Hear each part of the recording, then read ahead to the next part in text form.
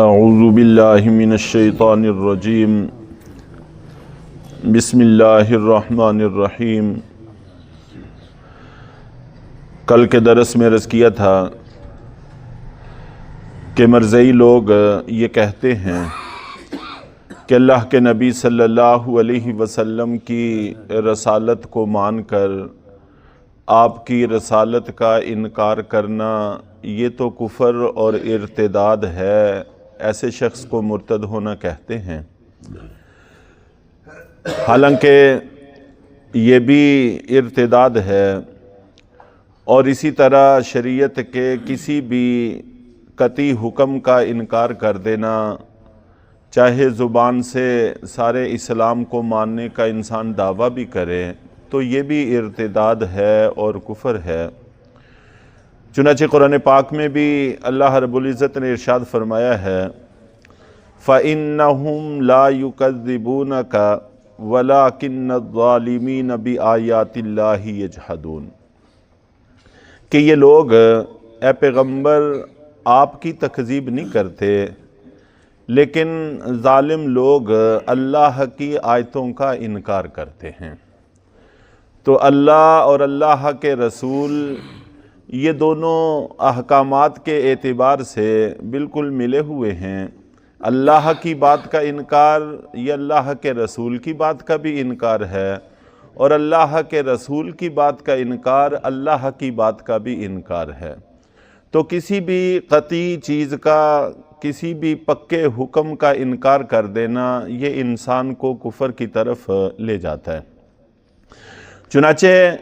یہ عرض کیا تھا کہ اگر کوئی آدمی خدا نہ خواستہ اسلام لانے کے بعد اسلام سے پھر جاتا ہے تو اس کی سزا قتل ہے، اور اس فتنے کے اتنا لمبا وقت نکالنے اور اتنی مسلمانوں کے لیے پریشانی کا باعث بننے کا سبب بھی یہی ہے کہ جنہوں نے ان کو قتل کی سزا دینی تھی وہ ان کے پشت پناہ بنے رہے۔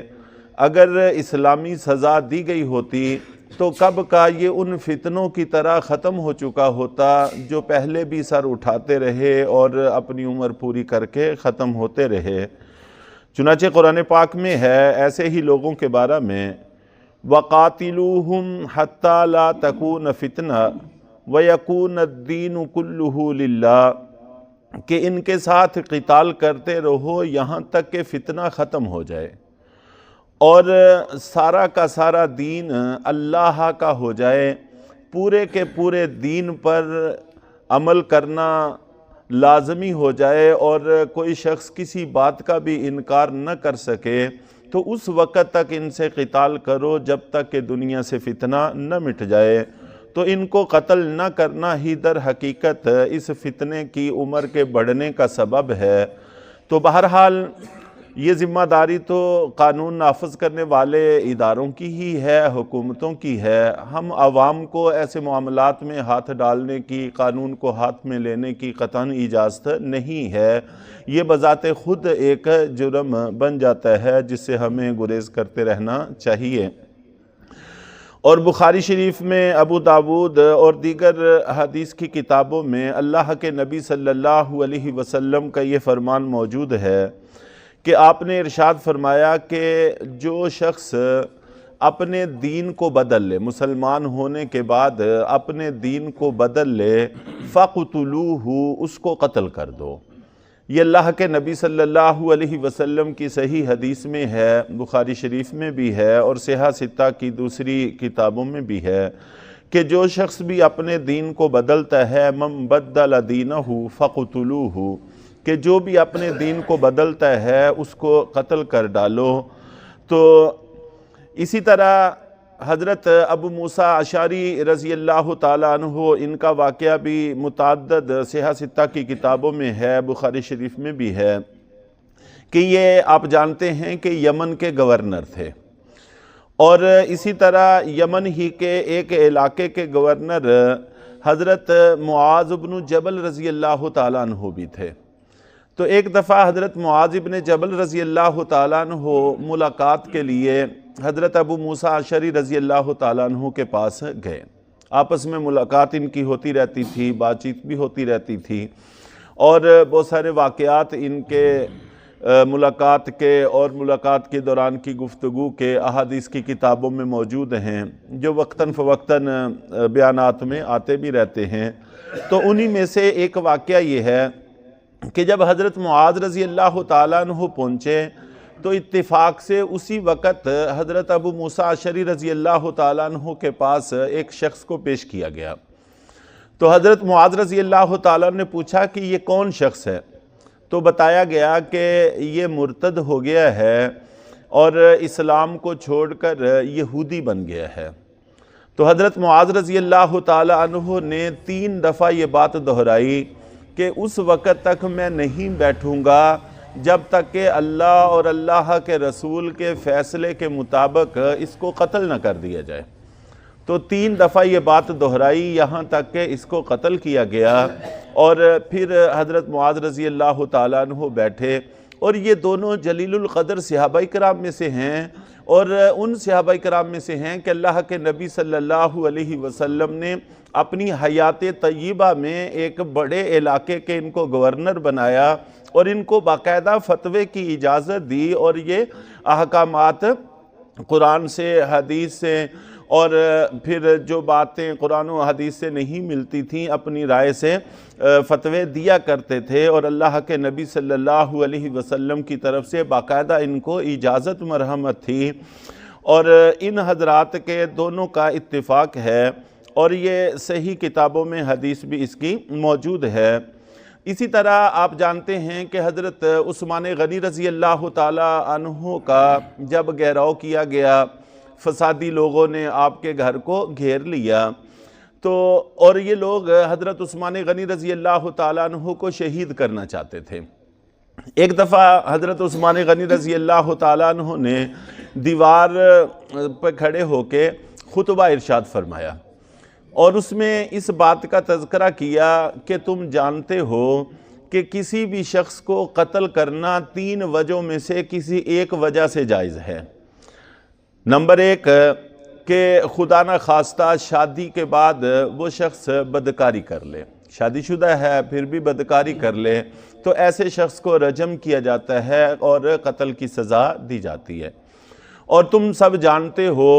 اور بلکہ حضرت عثمان غنی رضی اللہ تعالیٰ عنہ کی حیات و ضرب المثل ہے، اور اللہ کے نبی صلی اللہ علیہ وسلم، اللہ کے فرشتے، یہ بھی حضرت عثمان غنی رضی اللہ تعالیٰ عنہ سے حیا کیا کرتے تھے، ایسے حیا والے شخص تھے۔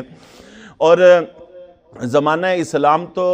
دور کی بات ہے، یہ ان لوگوں میں سے ہے کہ جن سے زمانہ کفر میں بھی نہ کبھی شراب کا معاملہ پیش آیا، اور نہ ہی کوئی ایسی حیا سوز کوئی بات ان سے پیش آئی، بلکہ یہ تو کھڑے ہو کر غسل بھی نہیں کر سکا کرتے تھے، اس قدر حیا والے شخص تھے۔ تو ظاہر ہے کہ یہ بات بھی مجھ میں موجود نہیں ہے۔ اور دوسرے نمبر پر ارشاد فرمایا کہ کوئی آدمی مرتد ہو جائے، اسلام لانے کے بعد اسلام سے پھر جائے، تو ایسے شخص کو قتل کیا جاتا ہے۔ تو حضرت عثمان غنی رضی اللہ تعالیٰ عنہ خلیفہ راشد ہیں، اور تیسرے خلیفہ ہیں، اس امت کے رہنما ہیں، اور کسی صحابی رسول سے بھی اس بات کا رد ثابت نہیں ہے۔ گویا کہ تمام صحابہ کرام کا اتفاق ہو گیا اس بات پر کہ مرتد کی سزا قتل ہی ہے۔ اگر کوئی مسلمان ہونے کے بعد اسلام سے نکلتا ہے تو اس کو قتل کیا جاتا ہے، اور تم جانتے ہو کہ میں اسلام پر قائم ہوں، مجھ سے یہ فعل بھی سرزد نہیں ہوا۔ اور تیسرے نمبر پر قتل کرنے کا جواز اس بات سے پیدا ہوتا ہے کہ وہ جان بوجھ کر کسی کو قتل کر دے، اور میں تو تم جیسے فسادیوں کو بھی قتل نہیں کر رہا کہ جن کو قتل کرنا چاہیے تھا، تاکہ مدینہ منورہ کی سرزمین میری وجہ سے خون سے رنگین نہ ہو، تو میں نے کسی بے گناہ کو قتل کیوں کرنا تھا۔ تو بہرحال حضرت عثمان غنی رضی اللہ تعالیٰ عنہ نے بھی اس بات کا تذکرہ کیا، اور یہ بخاری شریف اور دیگر حدیث کی تقریباً اکثر کتابوں میں یہ حدیث منقول ہے، کہ اس سے بھی یہ بات معلوم ہوتی ہے کہ مرتد کی سزا قتل ہے۔ اور حضرت علی رضی اللہ تعالیٰ عنہ نے اپنے زمانہ خلافت میں ایک ایسی ہی جماعت جو مرتد ہو گئی تھی ان کے بارے میں فرمایا تھا کہ ان کو جہاں پر بھی پاؤ قتل کر دو، یہاں تک کہ قیامت تک اگر ان میں سے کا کوئی فرد پایا جائے تو ان کو قتل کر دو۔ اور ساتھ یہ بھی فرمایا کہ ان کو قتل کرنا قیامت کے دن بہت بڑا اجر ملنے کا باعث اور سبب ہوگا۔ اور حضرت علی رضی اللہ تعالیٰ عنہ کے بارے میں آتا ہے کہ یہ تو ایسے مرتد، زندیق اور اس قسم کے لوگوں کو، ملحد لوگوں کو آگ میں جلانے کی سزا دیا کرتے تھے۔ حالانکہ رمضان شریف میں بعض درسوں کے اندر یہ بات گزری تھی کہ آگ کی سزا دینا جائز نہیں ہے، لیکن یہ وہ بدبخت لوگ ہیں کہ جن کو آگ تک کی سزا دنیا میں دی جائے گی، دی جا سکتی ہے، اور آخرت میں تو بہرحال یہ آگ کا ایندھن بنیں گے۔ اس لیے ہم لوگوں کو گفتگو کے اندر، کلام کے اندر بڑی احتیاط برتنی چاہیے۔ کچھ لوگ تو دانستہ جان بوجھ کر ایسی بات، ایسا کام، ایسی گفتگو کر جاتے ہیں جس سے انسان اسلام سے نکل کر کفر کی طرف چلا جاتا ہے۔ تو ہم مسلمانوں کو نادانستہ طور پر انجانے میں بھی ایسی بات اپنی زبان سے نہیں نکالنی چاہیے، خدا نخواستہ جو ہمارے ایمان کو متاثر کرے۔ اور اللہ کی پناہ جن جن چیزوں سے حاصل کرنی چاہیے، اللہ کی حفاظت مانگنی چاہیے، ان میں سے ایک یہ بھی ہے کہ اے اللہ ہمیں دین اسلام کی دولت آپ نے عطا فرمائی ہوئی ہے، ایمان کی دولت آپ نے عطا فرمائی ہوئی ہے، یہ نعمت کبھی بھی ہم سے چھننے نہ پائے یہاں تک کہ ہم آپ کے دربار میں حاضر ہو جائیں۔ تو اور یہ جو ہم جنازے کی دعا پڑھتے ہیں اس کے اندر بھی اللہ تعالیٰ سے یہی مانگا گیا ہے کہ جب تک ہم زندہ رہیں، ایمان پر زندہ رہیں، جب تک زندہ رہیں، اسلام پر زندہ رہیں، اور جب ہماری موت آئے تو ایمان پر ہماری موت آئے۔ تو آخر میں ہم یہ جو دعا پڑھتے ہیں نماز جنازہ کی دعاؤں میں سے، اللہم من احییتہ منا فاحیہ علی الاسلام ومن توفیتہ منا فتوفہ علی الایمان، اس کا بھی مفہوم یہی ہے۔ تو اللہ تعالیٰ سے یہ چیز مانگتے رہنا چاہیے۔ اللہ تعالیٰ ہم سب کو ایمان پر ہمیشہ قائم دائم فرمائے۔